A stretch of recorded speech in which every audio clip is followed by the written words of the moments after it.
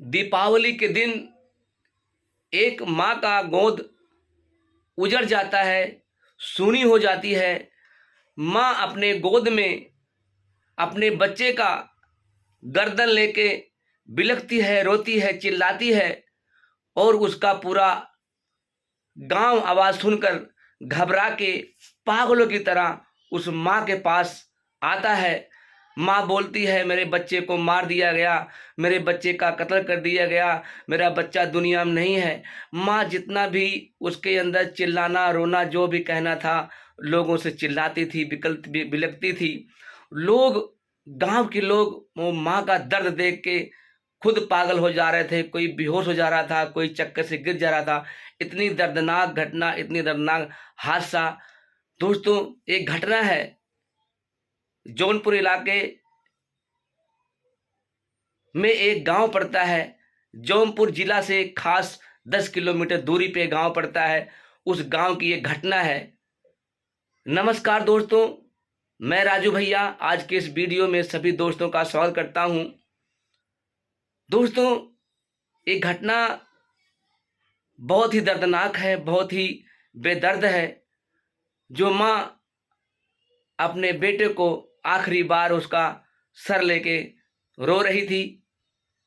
दोस्तों, ये विवाद क्यों हुआ, ये झगड़ा क्यों हुआ, क्या वजह था, क्या कारण था, पूरी जानकारी इस वीडियो में मिलेगा। दोस्तों, एक कहानी नहीं है, ये एक बहुत ताज़ा खबर है। अभी मात्र 4 से 5 दिन हुआ है, कोई कहानी नहीं है। दोस्तों, ये हकीकत है, 2024 की घटना है का यह हकीकत है। दोस्तों, दिवाली के दिन लोग दीवा जला रहे थे, लोग पटाखे छोड़ रहे थे, लेकिन उस गांव में दोस्तों एकदम सन्नाटा छा गया। उस गांव में दीवा क्या दोस्तों, अंधेरा छाया हुआ था। एक माँ अपने बच्चे को गोद में लेकर बिलख रही थी, रो रही थी, और कातिल बाहर फरार हो गया मार के। वजह क्या था, कारण था, क्या बात थी कि इतनी बेदर्द हादसा करना पड़ा। दोस्तों, ये घटना है जौनपुर इलाके के करीब 10 किलोमीटर की दूरी की घटना है। जिसका मर्डर हुआ, जिस बच्चे का कत्ल हो गया, जिस बच्चे की मूड़ी धड़ से तलवार से अलग कर दिया गया, उस बच्चे का नाम है अनुराग यादव। मारने वाले का नाम है लालता प्रसाद यादव। लालता प्रसाद यादव और अनुराग के जो पिता हैं, दोनों के बीच में तालमेल नहीं बन रहा था। दोनों का जो घर था एक ही आमने सामने था। जमीन की विवाद चल रही थी। जमीन की वजह से ये जो झगड़ा था कई सालों से चल रहा था, कई सालों से मारपीट हो रहा था। लेकिन जो लालता प्रसाद यादव था वो दबंग था, काफ़ी दबंगई दिखा रहा था, क्योंकि पैसे के बलबूते पे सब कुछ हासिल कर लेता था। लेकिन जो अनुराग के पिता थे, अनुराग के पिता बहुत ही कमज़ोर थे, पैसे में, ताकत में उनके पास दया था। लेकिन जो दबंग था, लालता प्रसाद दबंग था, उसके पास कोई दया मही नहीं था। क्योंकि जिसके पास अहंकार, पैसा, धन दौलत आ जाता है वो सब कुछ भूल जाता है। लालता प्रसाद के परिवार में एक दरोगा है, और दरोगा का आप पोस्ट जानते हो, दरोगा से सभी डरते हैं। और इस वजह से काफ़ी लोग डरते थे गांव वाले, और उसकी दमई देख के लोग रास्ता बदल देते थे, उसके सामने पढ़ना नहीं चाहते थे। क्योंकि वो लालता प्रसाद यादव दमगत था। उसके कई परिवार जो हैं, लोग कहते हैं कि कई बदमाशों से उनका तालमेल था, और कई कई बदमाशों से उनका संगत था, जो कि इस वजह से ये हादसा हुआ। क्योंकि ये कत्ल करना, किसी का मर्डर करना कोई आम बंदा नहीं कर सकता है, क्योंकि ये जो वही कर सकते हैं जो इस काम को अंजाम देते हैं। दोस्तों, ये इनकी लड़ाई काफ़ी दिन चल रहा था। हुआ यूं, दिवाली के दिन बच्चा अपने घर से निकल रहा, सुबह करीब 6 से 6:30 करीब बज रहा था। अनुराग यादव अपने घर से निकला, दातुन जो बुर्श करते हैं, दातुन करते हैं, गांव में नीम का दातुन करते हैं, वो दातुन उठाता है और दातुन करते हुए अपने घर से बाहर निकलता है। जैसे ही घर से बाहर निकलता है, एक कातिल लोग छुपे होते हैं, इनके परिवार के कई लोगों को मारना चाहते हैं, लेकिन सब परिवार अलग अलग रहता है। लेकिन उस समय जो अनुराग होता है वो सोता हुआ आता है और सोते हुए नींद में होता है और बुर्स लेता है, जाता है, अपना बुर्स वगैरह करने लगता है। और पीछे से ये झाड़ियों में से निकल के कुछ दीवार के साथ लुके हुए थे जो निकलते हैं और अचानक उस पर टूट पड़ते हैं, कोई हंसिया लेके, कोई तलवार लेके, कोई कट्टा लेके, कोई बंदूक लेके, और डर जाता है, हदर जाता है। अनुराग यादव हदर जाता है, लेकिन लालता प्रसाद के परिवार उस पे टूट पड़ता है। कुछ लोग बाहर से बुलाए होते हैं, कुछ लोग घर से होते हैं। चिल्लाता है, माँ माँ माँ करता है।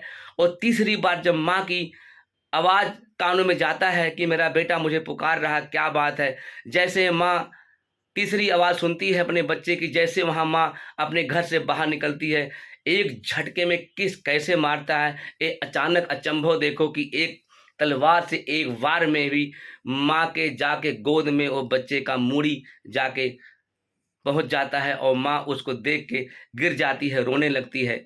दोस्तों, एक घटना इतनी दर्दनाक थी कि इसके सुनते ही सारे गांव के मोहल्ले के सब इकट्ठा हो जाते हैं और लालता प्रसाद के जो कातिल थे फरार हो जाते हैं। दोस्तों, ये कहानी नहीं है, ये हकीकत है। और ऐसे लोगों के साथ क्या करना चाहिए, प्रशासन भी इनमें इन्वॉल्व है, क्योंकि दरोगा जो उसकी पोस्टिंग कई जगह हुई है और बड़े ओहदे पे है दरोगा उसके परिवार का, उसकी वजह से कोई बोलता नहीं था, उसका दबदबा था। और पुलिसकर्मी भी उसके साथ कई लोग लिप्त थे और प्रशासन छानबीन करे कि वजह क्या था, कारण क्या था। ऐसे दरोगा को नौकरी से चाहिए या उसका एनकाउंटर चाहिए। दोस्तों, सभी का मांग है, गांव वाले की मांग है कि हमको न्याय चाहिए। और अभी 4 से 5 दिन हो गया प्रशासन आ रही है। अगर इतनी जो इनका क्या नाम है, झगड़ा का लड़ाई था, कई दिनों से चल रहा था, कई सालों से चल रहा था, प्रशासन इसको आगे देखती, छानबीन करती, आखिर वजह क्या है, इसके फैसले को ख़त्म करती, तो शायद एक घटना नहीं होता। अनुराग के 5 बहन हैं, माता पिता हैं। अनुराग अब 5 बहनों का इकलौता बेटा था जो आज इस दुनिया से चला गया है। आप सोचें उस माँ के दर्द का, उस पिता के दर्द का, उस 5 बहनों का क्या होगा। जो 5 बहनें अभी ब्याही भी नहीं हैं, शायद 1-2 बहन ब्याही, लेकिन 2-3 बहनें अभी बाकी हैं। कौन शादी करेगा, पैसा कहाँ से आएगा। माँ लाचार है, बाप लाचार है। एक ही घर का चिराग था, वो चिराग भी अब दुनिया में नहीं रहा। ऐसे लोगों के साथ क्या होना चाहिए, प्रशासन इनके साथ न्याय करे और जो मुजरिम हैं, जो इसके गुनहगार हैं, जो एनकाउंटर किए हैं, उनको एनकाउंटर किया जाए या उनको सज़ा दिया जाए, सारी उम्र जेल में सड़ाया जाए। इनको जब तक न्याय नहीं मिलेगा, गांव वाले चुप बैठेंगे नहीं। गांव वाले भी चाहते हैं कि इन गांव से इन लोगों को निकाला जाए ताकि दोबारा गांव में ना आए। प्रशासन क्या करती है, क्या नहीं करती है, क्या प्रशासन इनके साथ खड़ी होगी। मोदी का दबदबा है, योगी का दबदबा है। योगी जी कहते हैं कि हम ऐसे लोगों को इनकाउंटर कर देते हैं, ऐसे लोगों को हम छोड़ते नहीं हैं, बदमाशी ख़त्म कर देंगे। लेकिन जितना योगी जी इनकाउंटर करवा रहे हैं उससे ज़्यादा पैदा हो रहे हैं। किसी को डर ही नहीं रह गया है, किसी को कुछ दिमाग में पल्ले नहीं पड़ रहा है कि इतना शासन गंभीर से उठा रही है शासन प्रशासन, फिर भी लोग ऐसा कर रहे हैं। तो इसमें जो प्रशासन है, जो वहाँ के कर्मचारी हैं, जो वहाँ के थाना जो पड़ता है, जो वहाँ का इलाका पड़ता है, अगर ये सब चाहें तो कैसे होगा। जब प्रशासन भी उसमें लिप्त हो जाएगी तो गरीब आदमी क्या करेगा। तो दोस्तों, ऐसे लोगों के साथ क्या होना चाहिए, आप कमेंट में ज़रूर बताना कि ऐसे लोगों को सज़ा कितनी मिलनी चाहिए, इनकाउंटर होना चाहिए कि सज़ा होना चाहिए। जो उनके घर में दरोगा है उसको नौकरी से बर्खास्त करना चाहिए या रखना चाहिए। दोस्तों, आप कमेंट के माध्यम से बता सकते हो। दोस्तों, इस वीडियो बनाने का मेरा एक ही मकसद था, किसी का दिल दुखाना नहीं था।